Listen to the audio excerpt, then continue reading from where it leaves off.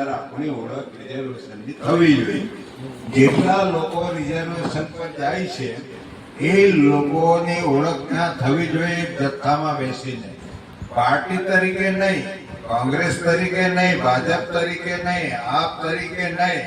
Reservation જે લોકોને મળેલું છે એ રિઝર્વ સીટ એમની અલગથી ત્યાં આગળ હોવી જોઈએ, જેથી આ લોકોને એવું થશે કે આ લોકો પોતાના અધિકાર મેળવવા માટે સક્ષમ છે અને આ ગૃહની અંદર એમની આઈડેન્ટિટી આ છે.